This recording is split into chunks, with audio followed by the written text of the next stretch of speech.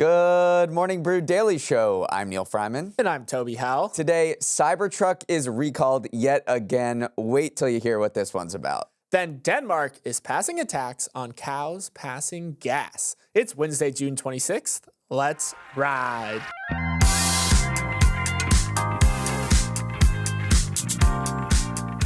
Well, mark it down in the history books. 2024 is the year we saw our first AI-generated commercial.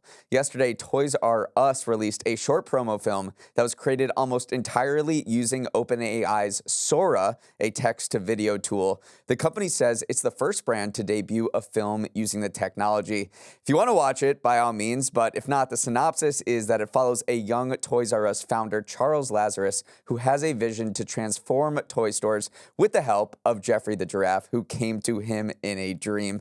Toby, I know you have a lot of strong feelings about this and you're shaking your head. It's just so fine. If you get a chance to watch it, which you should, we posted it on our Morning Brew Twitter account. The general feeling that a lot of people said that they got from it was unease because AI still has a little bit of that uncanny valley in it. You get this sense that something is off. You're supposed to be embracing this warm childhood memory, but instead you're looking at the kid's face and you're going, I know something is not quite right here.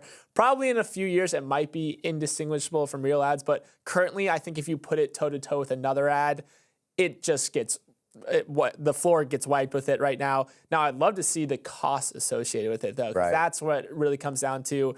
If you were to hire an agency, go on site, film versus just do it with AI, that's probably what Toys R Us are looking at. So all of that being said, go watch it. I think it's just pretty meh.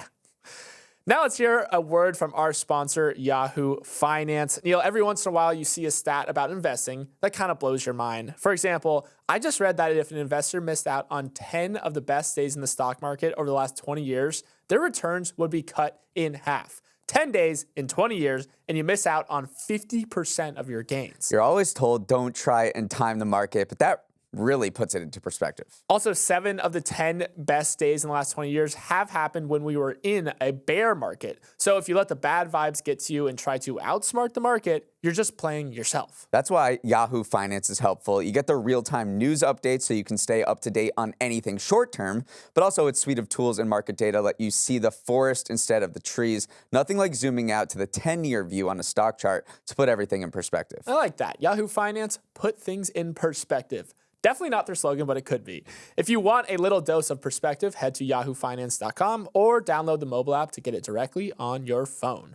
In the history of business beef, there may be no rawer meat than the conflict between retailers and credit card companies who charge merchants about 2% of a transaction every time you swipe a card. And this decades-long battle seems to have no end in sight because yesterday a judge rejected a $30 billion settlement between Visa, MasterCard, and U.S. merchants, saying, I don't know what an adequate settlement would be, but I do know that I'm troubled by this one. The saga dates back to 2005 when retailers filed a class action lawsuit against the credit card networks Visa and MasterCard and the banks they work with for colluding to keep those swipe fees unreasonably high. Then in March, after nearly 20 years of litigation, they agreed to a $30 billion settlement, which would cap the fees that banks could charge merchants. It was one of the most significant antitrust settlements ever. But the deal faced a lot of pushback from retailers who called it a drop in the bucket compared to the harm they've been caused. And now, thanks to the judge, it is no more, and we're back to the drawing board. We're back to the drawing board. Visa and MasterCard are one of the more famous duopolies we have in the business world right now. Both of them combined control 80% of the credit card network. So yeah, in March, they said, finally, we're going to limit some of those interchange fees and that they charge retailers who are accepting their cards. And yeah, they were going to roll back these fees at least 4 basis points for at least 3 years, cap the fees by 2023 levels over the next 5 years. They made concessions, but it just wasn't quite enough to satisfy the retailers, especially retailers kind of fell into 2 camps here, smaller businesses and then bigger businesses. But what bigger businesses really didn't like and they really wanted to ditch was this honor all card stipulation, which basically means if you accept one type of credit card under the Visa or MasterCard umbrella, you have to accept all the cards under that umbrella. That was the big sticking point. That in the settlement didn't address that. This has been such a pain point for retailers for so long. I mean, last year, swipe fees totaled more than $172 billion. You're basically having to pay a 2 to 3% surcharge on all of the revenue you make. So they are so upset about this. And it's why when you walk into a store, you might see a different price for cash and for credit cards. And especially if you have an American Express, they are known for charging higher interchange fees or transaction fees than any other credit card network, which is why a lot of retailers do not accept, well, I guess a few retailers do not accept American Express. So they're paying so much money. It's why these settlements are so big, because this $30 billion is how much the retailers think they could recoup over 5 years from capping these swipe fees. Right. So Visa and MasterCard on all card rules have just been very controversial for a long time in the payments industry, because from the perspective of the merchants, they feel like they allow the banks to collude in setting these terms. So without allowing merchants to pick and choose which credit cards that they do want to accept and the ones that they find more attractive, then it feels like they're getting the raw end of the deal here. That's why, again, this settlement got hung up on the honor all cards rule, even though the reduction of fees are like, sure, this is great, but even $30 billion over the X amount of years wasn't enough to satisfy them. And the undercurrent here is, during the pandemic, a lot of people stopped using cash and switched over to cards, which only cost the retailers more. All these credit card companies whipped out all these rewards and travel perks. And why would you ever use cash when you can use your card and accrue points? And a lot of the banks use the interchange fees that they get from your swipes to funnel back into rewards. So there's just been a surge in credit card use, which has led to more swipe fees, more revenue. JP Morgan got $30 billion in revenue from swipe fees alone, with they shoveled back into the reserve card from Chase so you can go to the lounge. So that's just the larger big picture here, which is people turning away from cash, using credit cards. So these swipe fees has only become even more of a paramount issue. And just to zoom out here, remember, this case hasn't gone to trial, even though it's been under litigation since 2005. This was a settlement being negotiated outside of court. So it's either back to the drawing board with a settlement, or it will finally go to court. You know, in college, when you had a paper due the next day, you were definitely not going to produce anything of quality in time. But then, miraculously, your teacher sends an email saying the deadline has been extended. That's just what happened to the struggling EV startup Rivian. Yesterday, the knight in shining armor Volkswagen said it would invest $5 billion to form a joint venture with Rivian, throwing it a key financial lifeline as it was losing cash hand over fist. The two companies will work together to produce battery-powered vehicles and software, and will roll out new cars by the second half of the decade. Of course, Volkswagen isn't spending billions on Rivian because it felt bad. VW's electric vehicle technology has been buggy, and it's lagged behind competitors in producing worthy EVs. So it thinks gaining access to Rivian's software suite will help it catch up in the race. Rivian, meanwhile, was desperate for capital to pad its dwindling bank account. The company lost $5.4 billion last year, including $39,000 on every vehicle it sold. Ramping up production has been a major issue. So thanks to Volkswagen, it has a much longer runway to play with. Toby, I dare say this deal has a lot of synergies. It definitely does have some synergies. Rivian stockholders were absolutely ecstatic at that this deal happened. Their shares were up more than 50% in after-hours trading. Now, if you zoom out a little bit, Rivian stock is still down roughly 50% in 2024 so far. But you're right, this cash is just a huge lifeline for them. Their capital is expected to help them with the production ramp up in its current factory in Normal, Illinois, get those R2 SUVs that they just announced at an event earlier this year into production. But also they've had this plant in Georgia that they've been trying to get done. A lot of these things just take a lot of money. And so Rivian has been actually taking investment from most of corporate America for a while now. Remember, Ford took a big stake in it. They eventually exited that stake. Amazon has been a major shareholder as well. And now they can add Volkswagen to the mix. Yeah, for what this means broadly is that Rivian is not going into the EV graveyard like so many of its peers. This rookie class has not performed as well as the WNBA rookie class at all. They all went public via SPAC in 2021. Fisker, Lordstown, Rivian, Lucid, they all went public. And at one point, Rivian was worth more than GM and Ford. There was so much hype. And then 3 years later, the sheen has definitely worn off. All of the companies I've mentioned are struggling. Fisker and Lordstown have both gone bankrupt. Rivian was, maybe produced a better vehicle, is better reviewed. People seem to enjoy these vehicles, but still it was losing a ton of money. And so this partnership with VW definitely extends the runway. Some analysts are saying there's a bit of a culture issue here, though, because if you're trying to combine Rivian's flexible software approach with Volkswagen's less flexible approach, more traditional approach, working with multiple suppliers, Rivian's very vertically integrated as well. So even though the cash makes sense on paper, who knows how fruitful the actual deal will be. Okay, while we're on the EV space, let's talk about Tesla, which issued the 4th recall of its Cybertruck in 7 months. This one is about its windshield wiper, and they said that an excessive electrical current can cause the front windshield wiper motor controller to fail. So they're asking everyone who owns a Cybertruck, that's more than 11,000 of them, to bring it into the shop and help them fix this wiper. And you gotta look at this wiper. I know. It is huge. I mean, this is the mythical part of the Cybertruck that everyone was talking about when it came out. The windshield wiper is almost 4 feet long. It's the largest windshield wiper on the market, and it covers this pane of glass on the windshield, which is the largest piece of automotive glass also on the market. So this is a hilariously large windshield wiper that doesn't seem to be functioning as it should. It was such a headache for Elon Musk throughout the Cybertruck development. He kept tweeting about this dang windshield wiper.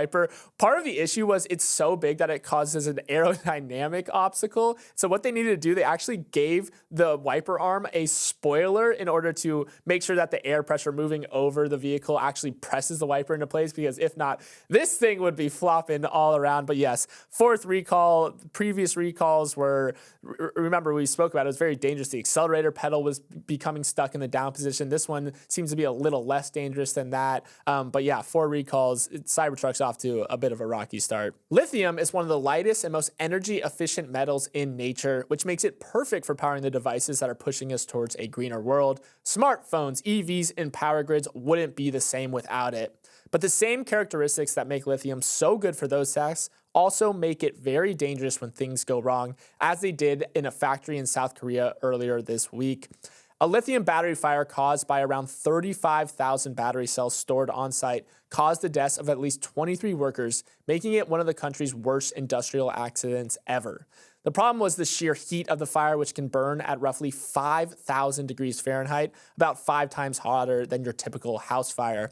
This factory fire was so intense that the fire department made the call to let it burn itself out rather than risk the lives of firefighters. This latest strategy has called into question the safety trade-offs that come with moving over so much of our power needs to lithium-based batteries. In the past, we've seen issues with Tesla batteries catching on fires, some smartphone batteries as well. Lithium is only going to be used more and more as it powers a greener world, but this accident shows the danger that comes along with that. Yeah, I mean, maybe the first time we all saw the dangers or the combustibility of lithium-ion batteries was in 2016 when Samsung released this Galaxy Note 7 phones, and then very shortly later had to take them back because they started all of these fires. And so the lithium-ion battery, which really is powering all of our gadgets that are taking us into the future, contains so much energy in such a light space, and that's what makes it so good. But when things go wrong, they go terribly wrong.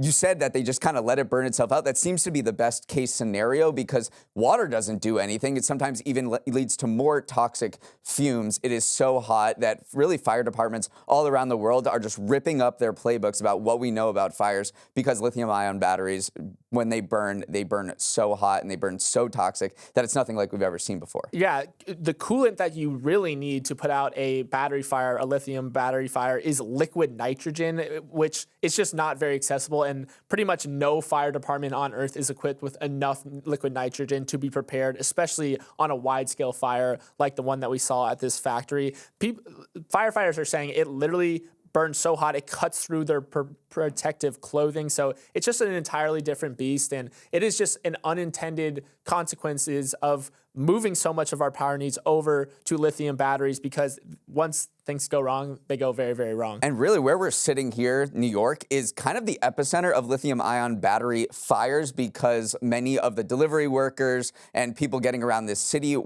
use e-bikes, which rely on lithium-ion batteries, and those have the potential to burn very quickly in dense populated areas. Last year, there were 268 lithium-ion batteries, which led to 18 deaths, and that was up from just 104 fires and 4 deaths in 2021. So just the proliferation of these e-bikes, and especially when you use bootleg batteries and not ones that are manufacturer sealed, those are the ones that could lead to fires. And so we've seen the Mayor Eric Adams release a bunch of different regulations that try to put some guidelines around fires because it has become one of the, if not the top leading cause of major fatal fires here in New York City.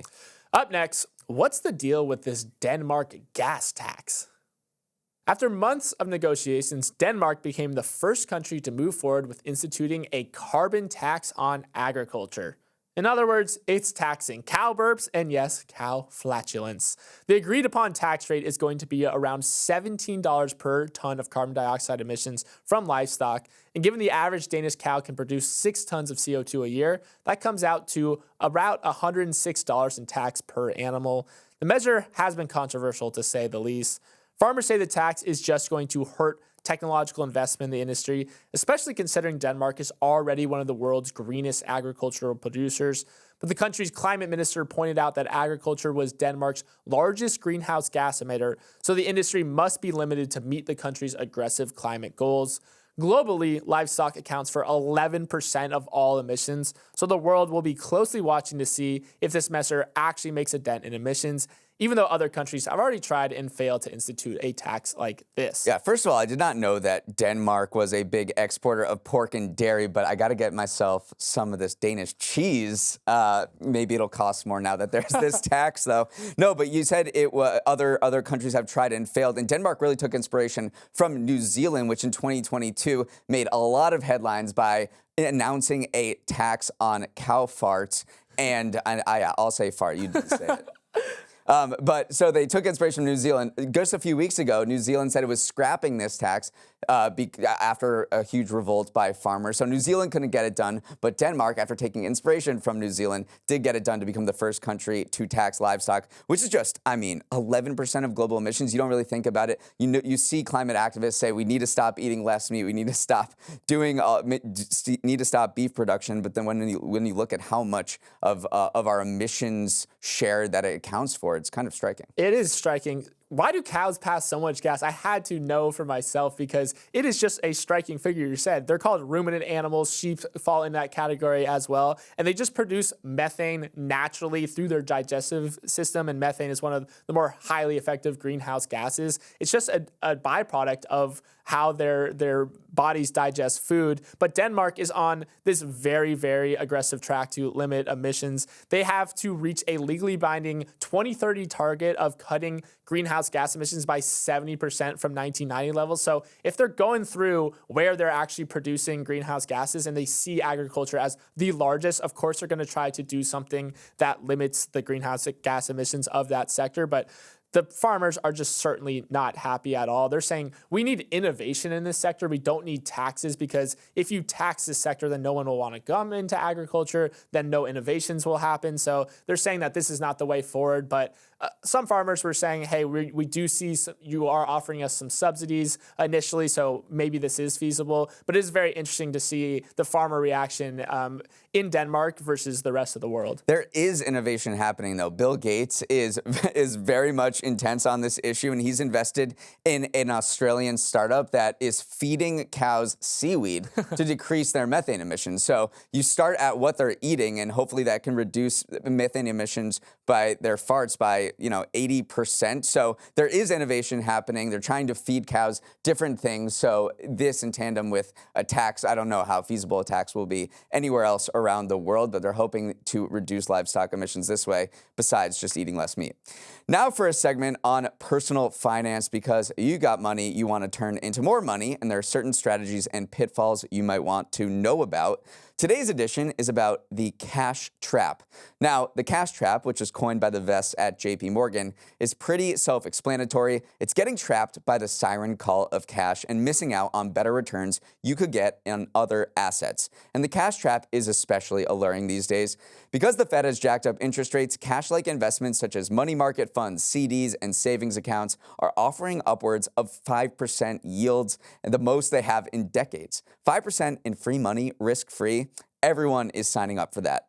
But think back to Econ 101. Any investment comes with an opportunity cost. And when you park your money in cash, it means that money could have been more productive elsewhere, like in stocks. And as attractive as cash is, it's being trounced by stocks. Since the end of 2021, Vanguard's money market fund returned 9.1%, while the S&P 500 rose 15.1% over the same period. Toby, are you buying the concept of the cash trap? Yeah, I'm definitely buying the concept because you're sitting here, you think rates have peaked, you're left with a little bit of a choice right now. Do you just leave the money in that nice 5% or potentially diminishing returns if rates do fall, or do you redeploy that money into somewhere else?